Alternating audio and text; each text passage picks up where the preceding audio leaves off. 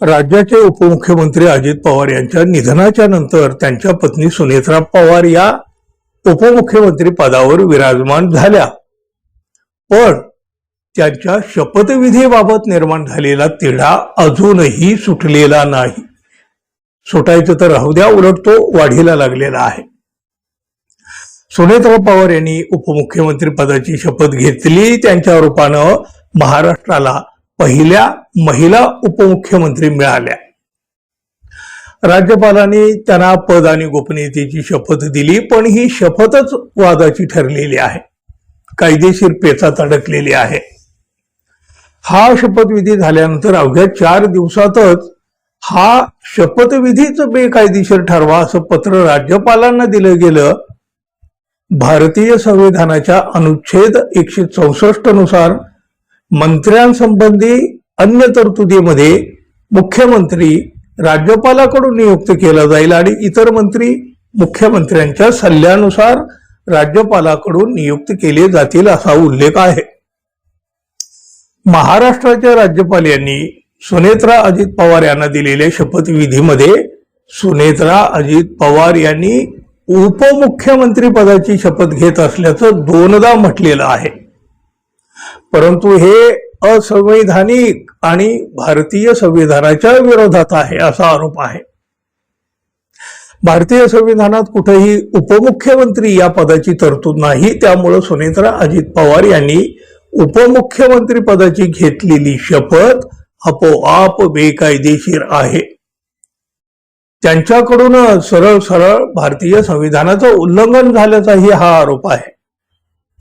सुनेत्रा पवार यांनी घेतलेली शपथ ही बेकायदेशीर ठरत आहे. त्यामुळे पुन्हा एकदा त्यांना शपथ घ्यावी लागेल अशी मागणी ॲडव्होकेट हर्षवर्धन गोडघाटे यांनी केलेली होती.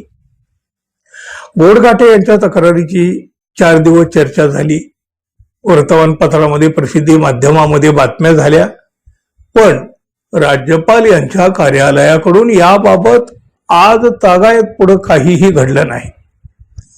त्यामुळं या वकिलांनी पुन्हा एकदा राज्यपालांच्याकडे तक्रार केली आहे.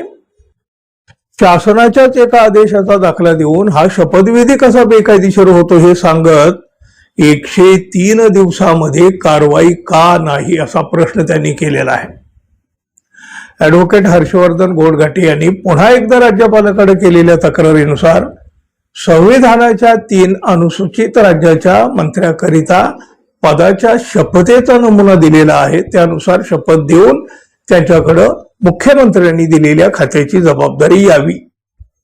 अन्यथा महाराष्ट्रासारख्या राज्यात ज्यांच्यावर भारतीय संविधानाच्या रक्षणाची जबाबदारी आहे त्यांच्याकडूनच खुलेआम भारतीय संविधानाचं उल्लंघन होत आहे असा संदेश जाईल अशा आशयाचं निवेदन दिलेलं होतं.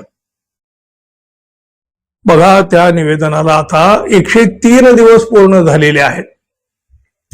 शासन परिपत्रकानुसार शासकीय कार्यालयामध्ये येणाऱ्या निवेदनावर 12 आठवड्यात कार्यवाही करणं बंधनकारक आहे. आणि असं असताना सुद्धा राज्यपाल यांच्या कार्यालयात हे निवेदन 103 दिवसापासून प्रलंबित असणं म्हणजे राज्यपाल कार्यालयातून कायद्याला पायदळी तुडवण्यासारखं आहे. म्हणून आता तरी त्यावर कारवाई व्हावी अशी विनंती या वकील महोदयांनी केलेली आहे. त्यामुळे आता सुनेत्रा पवार यांचा शपथविधी पुन्हा एकदा होतो की काय, या कायदेशीर पेचावर राज्यपाल काय निर्णय घेत आहेत हे पाहावं लागेल. मित्रहो, धन्यवाद. आणि हो, जाता जाता आपल्या चॅनलला सबस्क्राईब करावं एवढी एक अपेक्षा. पुन्हा भेटू. नमस्कार.